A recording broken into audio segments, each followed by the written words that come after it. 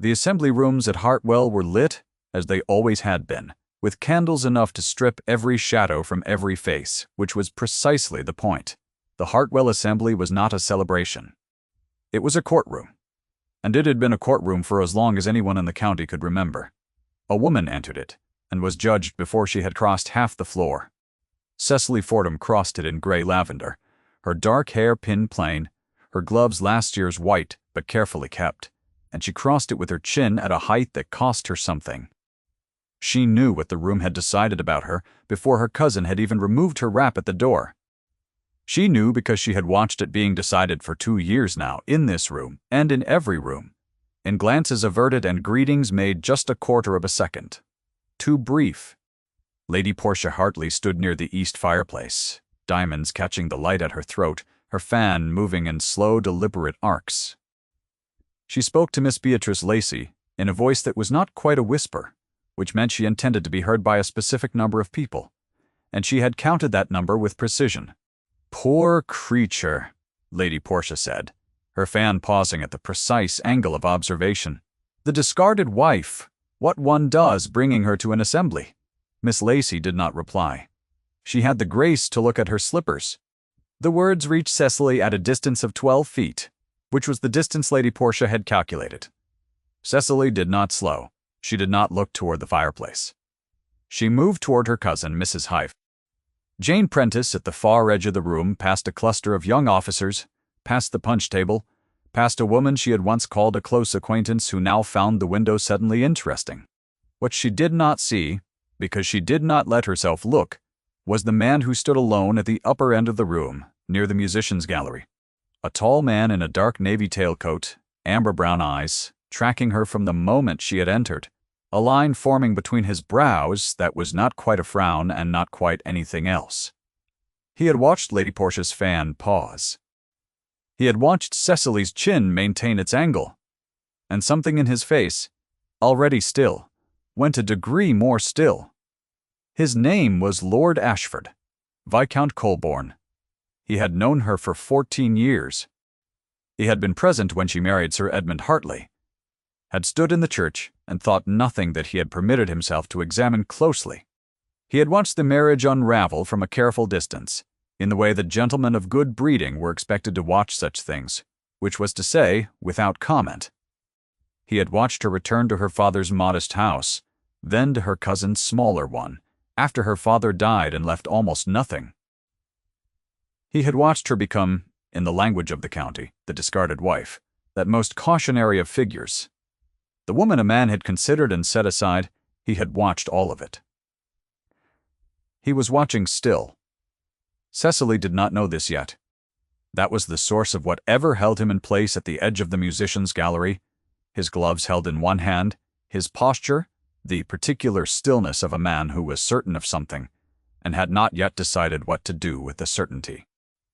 She greeted her cousin with warmth, and with a steadiness in her voice that impressed even herself, and she did not touch the small brooch pinned inside the left fold of her Spencer jacket. She only thought about touching it. She had survived worse courts than this one. 2 years ago, the county had not believed it possible. Sir Edmund Hartley had seemed, in the spring of 1808, a man who would retain what he had been given. He had a baronetcy, a fine estate at Linden Park, sufficient income, and a wife who managed his household with a competence he had never troubled himself to notice. Cecily had known, by the end of the first year, that the marriage was a place she had arrived in alone. Edmund moved through it like a guest passing through a house that belonged to someone else, present at meals, present in the evenings, absent in every way that could not be witnessed. She had told herself that this was not unusual. She had told herself that many marriages of her acquaintance were conducted on precisely this arrangement. She had kept the house. She had written the correspondence. She had managed the tenants when Edmund was in London, which was most of each winter and a good portion of each spring. She had not complained, and she had not confided, because the alternative to the marriage was a father, in modest circumstances and no income of her own. And that calculation was one a woman of her station made clearly and without sentiment. The woman's name, she learned through the same mechanism by which all wives eventually learned such things, was a Miss Clara Vane. Clara had dark eyes and wit enough to make a man feel that he was being perceived at his best, which is a distinct and different skill from perceiving a man at his actual worth. Edmund had met her in London in the winter of 1809.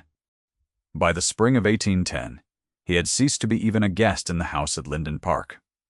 What followed was not quick. Divorce in England was neither swift nor private nor painless for either party. But the distribution of pain was in no way equal.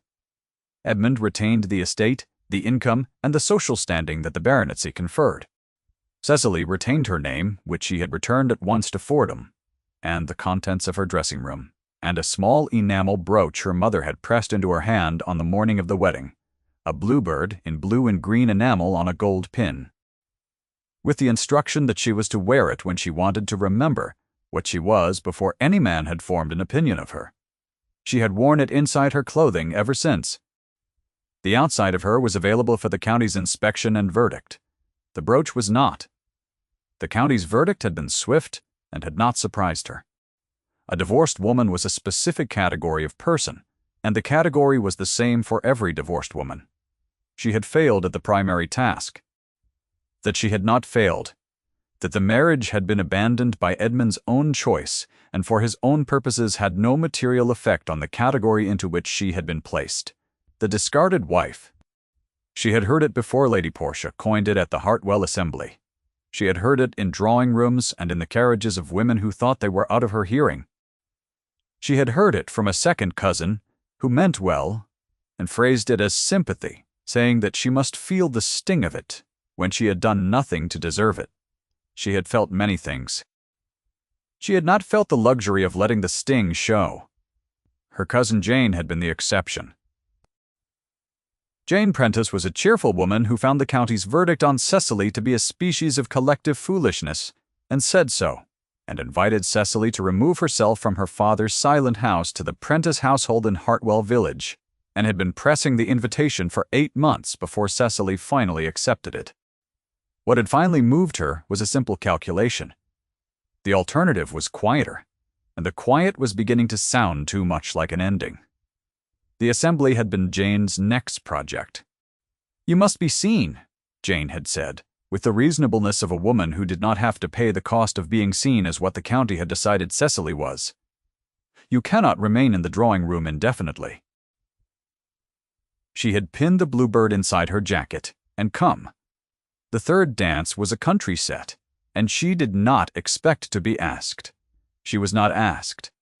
She stood near the edge of the floor beside Jane and watched Miss Beatrice Lacey take the first position in a pale blue gown that cost more than Jane's quarterly household allowance, and she did not catalogue the comparison in the way she might once have done, because she had learned that comparisons of that kind served only the side that was already winning. Lord Colborne was not dancing either. She was aware of this, the way she was aware of which candles had guttered, not by looking directly but by a peripheral accounting that was simply a habit of attention. He was near the punch table now, speaking with a solicitor named Mr. Bronchen. Graves, his responses brief, his amber eyes not entirely on Mr. Graves. She looked away before she could be found looking. When the dance ended, and the room shifted and rearranged itself in the particular Brownian motion of assembly society, she became aware that he was moving. Not toward Miss Lacey, who was laughing with 2 young officers near the windows. Not toward Lady Portia, who had condescended to address a cluster of matrons near the fireplace. Toward her she experienced this as a sensation in the center of her chest before she registered it as a fact.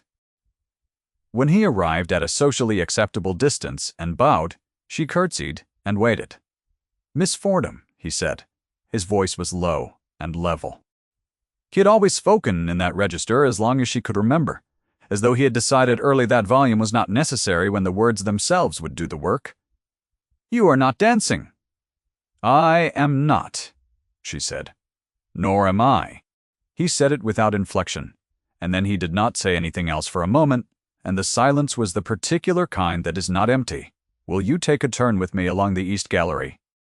The heat in here is becoming something of an event." It was not a question, quite. It was not a command. Exactly. It was somewhere between the two, and she registered it with a slight tightening at the back of her throat. The response of a woman who had learned that a man's courtesy and a man's intentions could occupy very different rooms in the same house. She considered declining.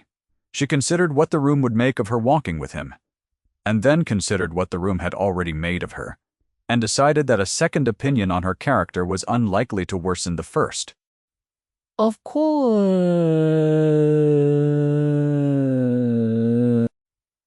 He offered his arm, which she took at the correct proprietary distance, and they walked out of the main room and into the long gallery, where the windows gave onto the dark gardens and the candles were fewer, and the noise of the assembly fell behind them like a curtain. "Lady Portia is in considerable form tonight," he said, after they had walked perhaps 30 feet. "She usually is," Cecily said. "I heard what she said when you came in. She kept her pace steady." "Then you have heard what most of the county has been saying for 2 years, in one form or another." He did not respond immediately. She heard his footstep measured beside hers. "I should have spoken sooner," he said at last. "I regret that I did not." She was not certain what to do with this. She was not accustomed to regret offered by a gentleman, as though it were a straightforward fact rather than a performance. She chose what she always chose when she did not know what to do, which was honesty, moderate in temperature. The circumstances were not ones that invited intervention, she said. "Most people in your position would have done as you did. That is a very mild way to excuse a want of courage." She glanced at him. His face was in profile, serious as it generally was, the line between his brows present. He was not looking for reassurance. She found she respected that. "I do not know that it was a want of courage," she said. "It may simply have been the correct social calculation. Calculations of that kind tend to cost the people they are made about rather more than they cost the person making them." He said, his voice still level, "I am aware of the asymmetry." She did not answer. They had reached the end of the gallery and stood for a moment before the dark window, the garden invisible below, and she was aware of the specific distance between them, close enough to be a conversation, far enough to be entirely within the rules of propriety, and she was aware of his arm near hers, and she was aware that she should not be aware of these things. "Come back in," he said. "The night is coming on cold, and your spencer is not heavy enough for this end of the gallery." It was a command. She noted this. She noted that it was also beneath the syntax, a form of attention to whether she was warm enough, which was not how she had been spoken to in some time. She turned and walked back with him, and she told herself that it meant nothing at all. The Prentice household kept 2 kitchen girls, one of them newly arrived from a village outside Hartwell, and given to doing the work of both when the other was ill, which she frequently was. Her name was Polly, and she was 17.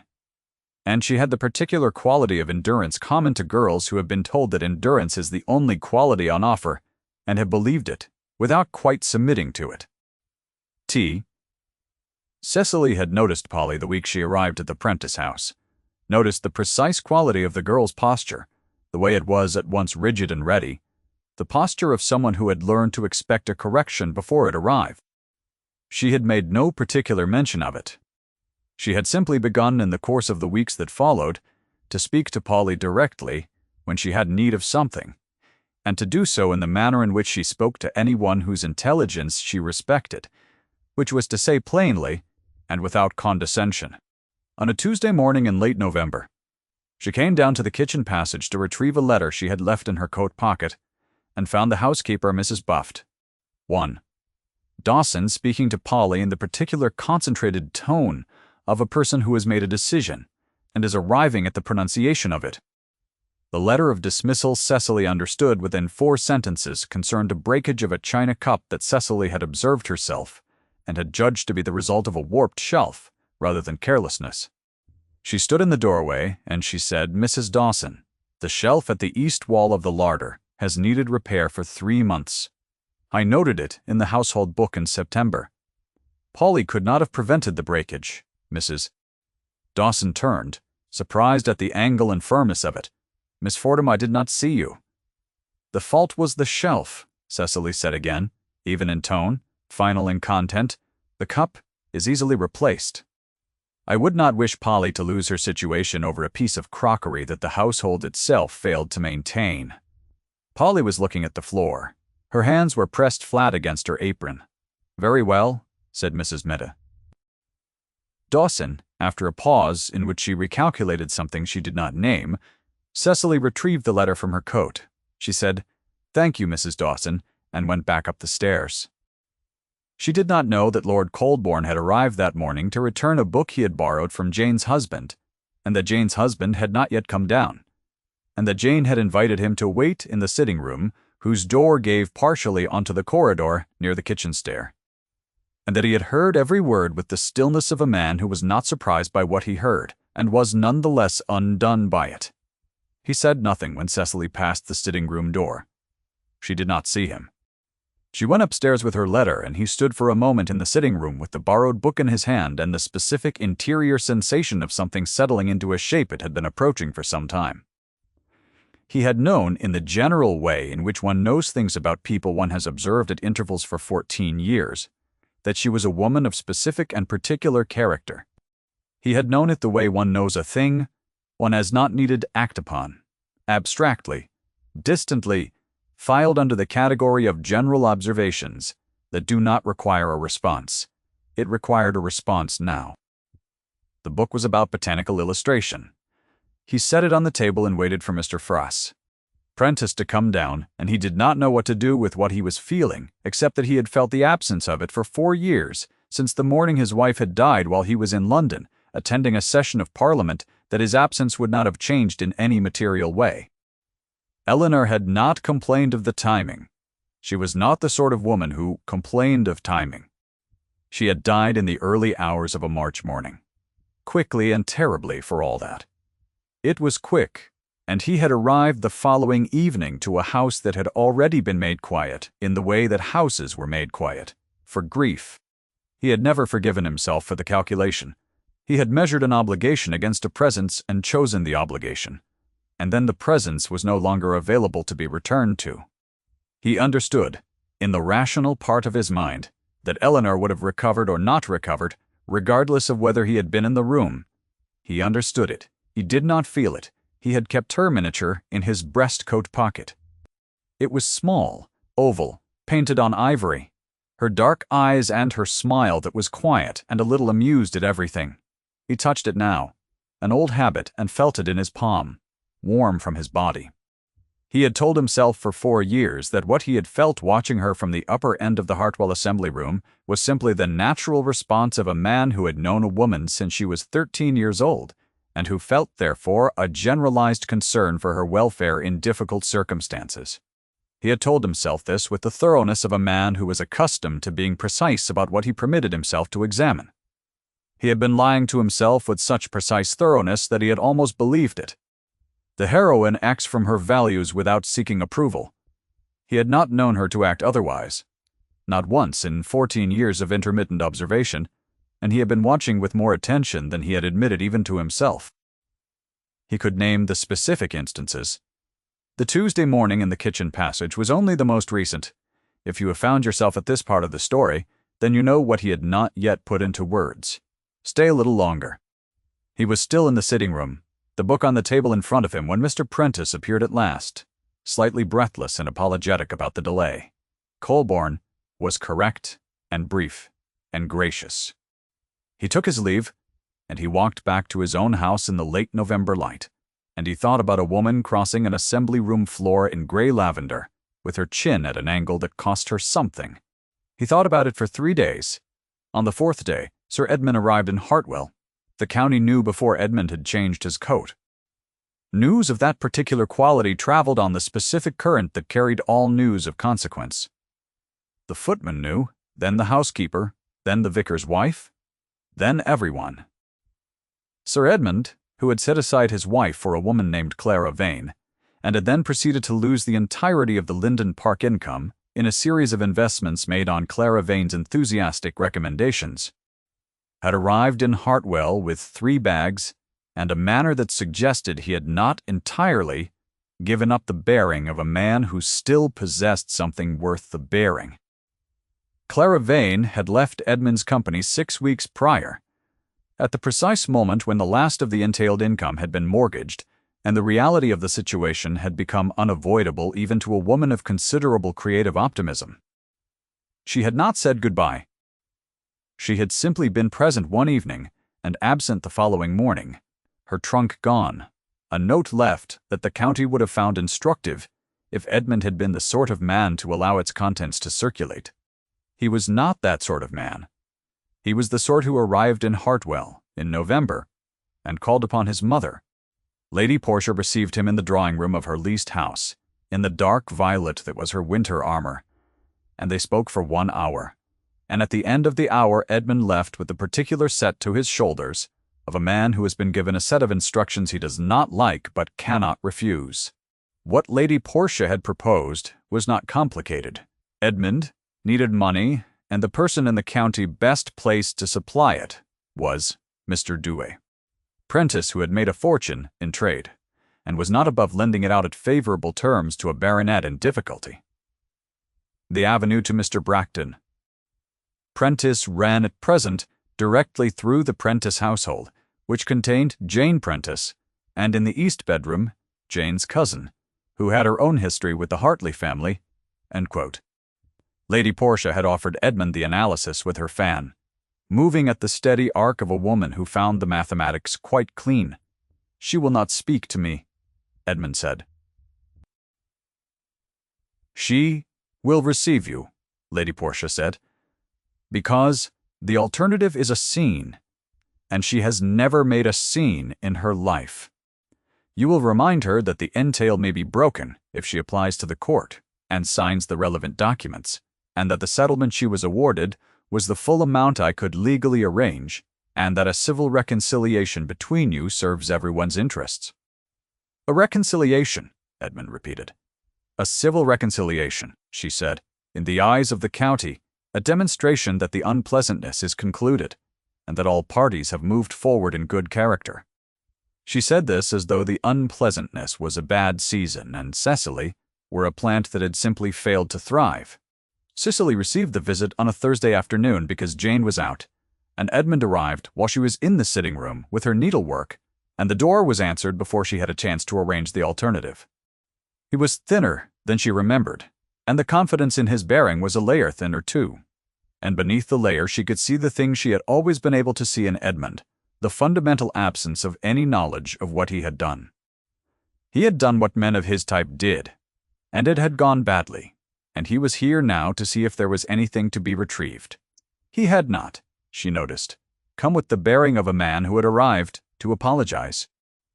He had come with the bearing of a man who needed a thing and had decided that needing it entitled him to it.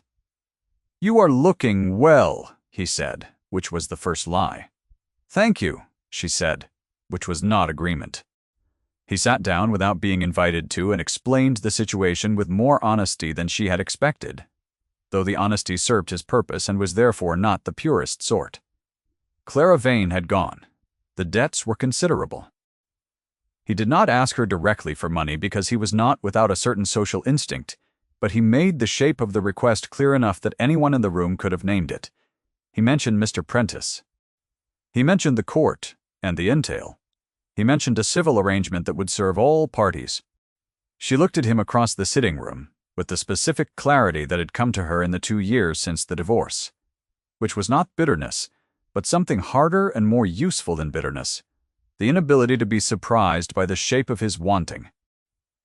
"No," she said. He blinked. It was possible he had not expected the word to arrive so quickly or sit so plainly in the air between them.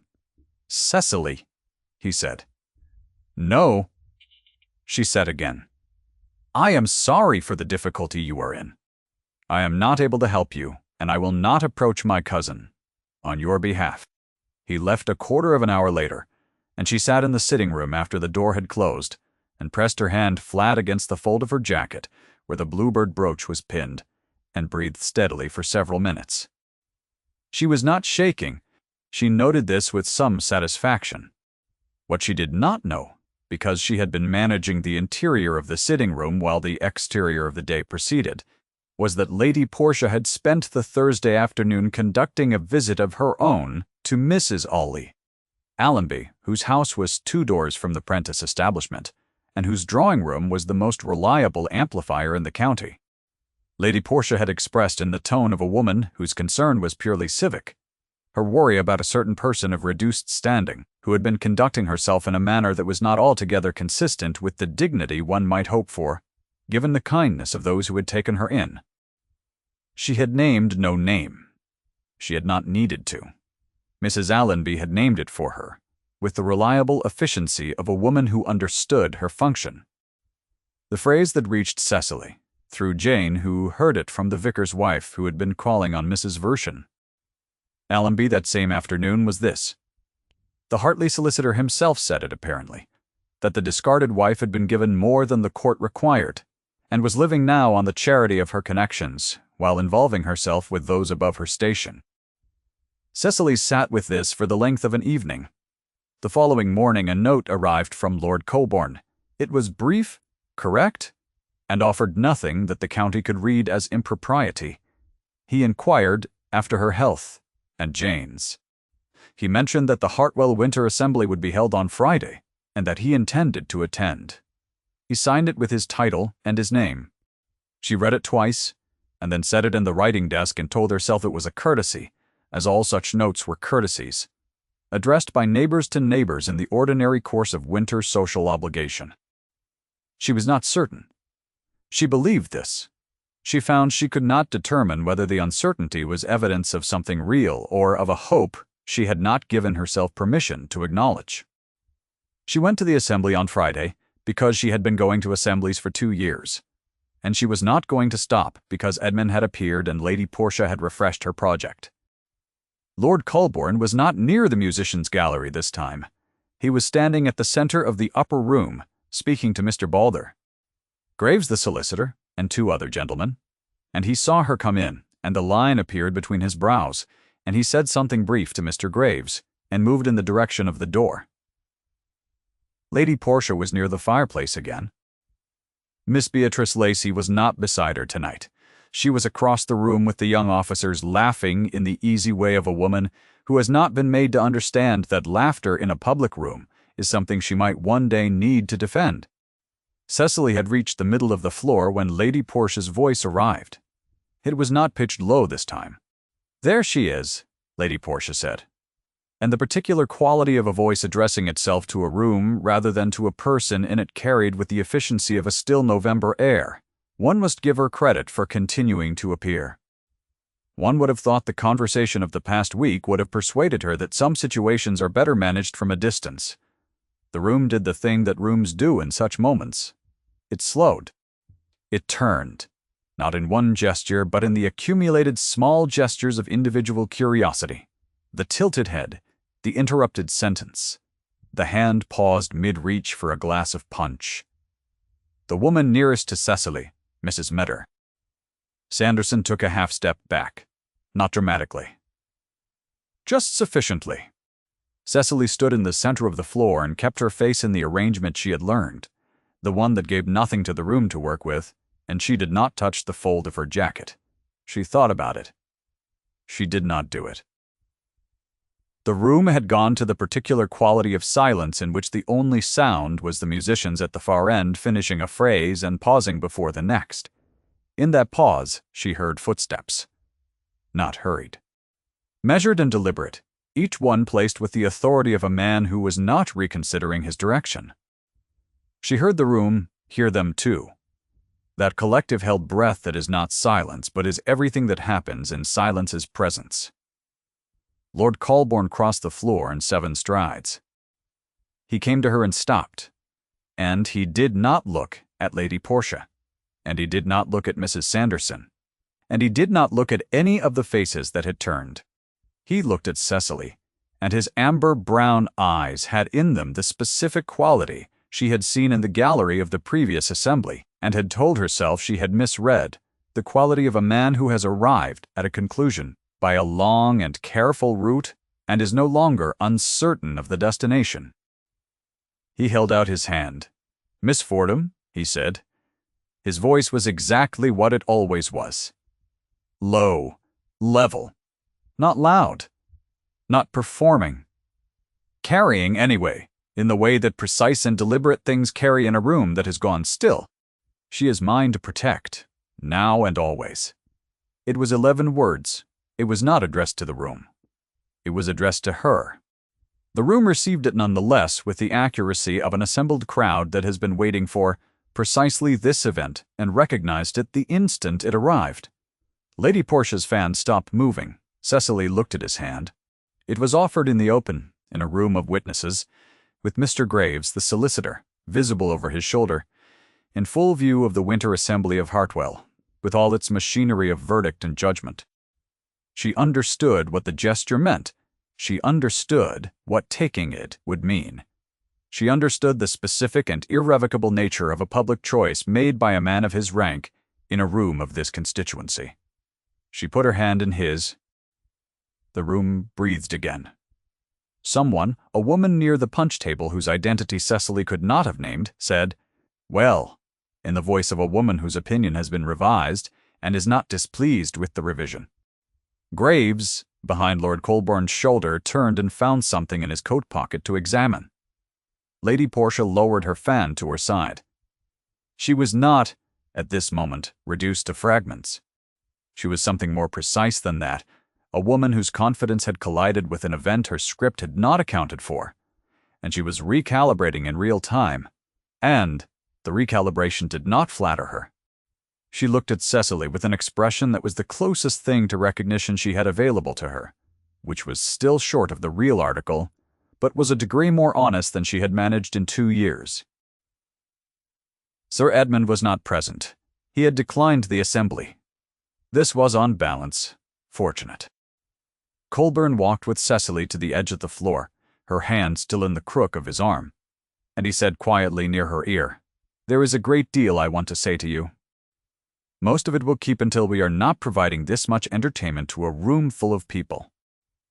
"Yes," she said, and found to her considerable surprise that something in her chest had come loose, not broken, not collapsed, but loose, the way a thing releases when it has been held too tightly for too long, and is finally permitted to be what it is. "Shall we dance the next set?" he asked. "Yes," she said again. They danced the next set, and the room watched them with the frank attention of people who have witnessed something that will be discussed for a considerable time. And Cecily held her posture in the familiar way, and then noticed in the middle of the second figure that the cost of it was different. It was still the same posture. The cost was not the same. The weeks that followed were the most carefully conducted of Colborne's recent acquaintance. He called at the Prentice household, at the hours propriety prescribed, and did not stay beyond them. He walked with Cecily in the lanes adjacent to the village when the weather permitted, which in November it permitted rarely, and on one occasion in light rain that neither of them acknowledged. He spoke to her with the directness she had noticed before, and she found that she could be direct in return, more directly than she had spoken to anyone in 2 years, because the specific quality of his attention made the usual precautionary withholding seem unnecessary, and when something is unnecessary, she had never seen the use in maintaining it. He told her about Eleanor. He told her in the drawing room one afternoon, with Jane at the writing desk across the room and the fire burning between them, in the quiet manner of a man who had carried a thing in his coat pocket for 4 years and had not named it aloud to anyone.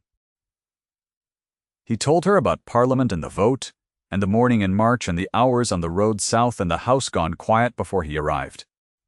He told her with his hands flat on his thighs and his eyes on the fire, not performing it, not asking for anything from it, just setting it in the air between them where it could be known. She did not offer consolation in the conventional form. She said, "I am sorry you have been carrying that alone for so long."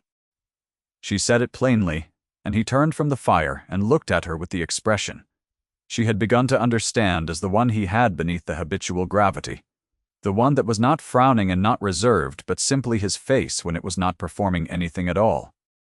"I am less alone than I have been," he said. Jane, at the writing desk, continued writing with the focused diligence of a woman who was not listening and would not have been able to repeat a word if asked. Graves came to the Prentice household. On a Tuesday in December, he came with documents because Mr. Graves moved through the world in the company of documents, and he came with the undemonstrative competence of a solicitor who has been asked to do a specific thing and has done it. The documents concerned a formal declaration, witnessed and signed by Lord Colborne, of his intentions toward Miss Cecily Fordham, and a subsequent proposal of the legal arrangements by which a marriage settlement would be structured, and the formal recording of the engagement at the Hartwell Registry. Sir Edmund's situation was not altered by any of this. His debts, and his estate remained encumbered, and the woman who had recommended the investments that had produced the encumbrance remained wherever she had gone, which was to say somewhere that was not his drawing-room. Lady Portia Hartley sent a note to the Prentice household. The note was 3 sentences. It expressed, in the language of a woman who had decided that recalibration was in her interest, a measured goodwill toward the forthcoming arrangement. Cecily read the note twice, and then set it in the writing desk in the same drawer where she had put Colborne's first careful letter, and she thought about the architecture of a pride that required 3 sentences to perform its own reduction, and found that she felt, for Lady Portia, something that was not warmth, but was also not the thing she had expected, which was nothing. She felt the specific acknowledgement one feels for a person who has done something difficult and done it imperfectly. She sent a correct reply and did not keep a copy of it. The winter settled into Hartwell in the particular way of English December, with fog in the mornings and cold that did not excuse itself, but simply arrived and stayed. The Prentice drawing-room had a fire built by 7 in the morning, and Cecily came down early on the morning of the 17th of December, and sat in the chair nearest the hearth, and held a cup of tea in both hands, and looked at the fire. The room was quiet. Jane was still upstairs. The household was in the early stages of waking, the sound of the kitchen fire being built below, the creak of a floorboard above. The morning light came through the east window in the particular quality of a December morning in England, which is to say pale and soft, and without any excess claim on the day. She reached inside the fold of her Spencer jacket. She took out the bluebird brooch. She looked at it for a moment in her palm. The enamel was the color of a summer sky, the gold of the pin warm from her body. Her mother had said, "Wear it when you want to remember what you are before any man has formed an opinion of you." She had worn it hidden for 2 years, not because she had forgotten what she was, but because what she was had not been safe to display, in a room that had formed its opinion and filed it. She pinned the brooch at her throat, outside her jacket, where the morning light caught the blue enamel and the gold pin. She did not need the room to revise its opinion in order to know what the bluebird was for. She had known all along. She knew it more clearly now, not because Colborne's public declaration had established it, but because the declaration had been consistent with something she had already carried, and the carrying was easier when someone else could see what you were carrying and name it the same way you would. The fire settled in the hearth, one log shifting against another. With a small sound, like a conclusion, the door of the sitting room opened and Colborne was there, slightly earlier than the prescribed hour.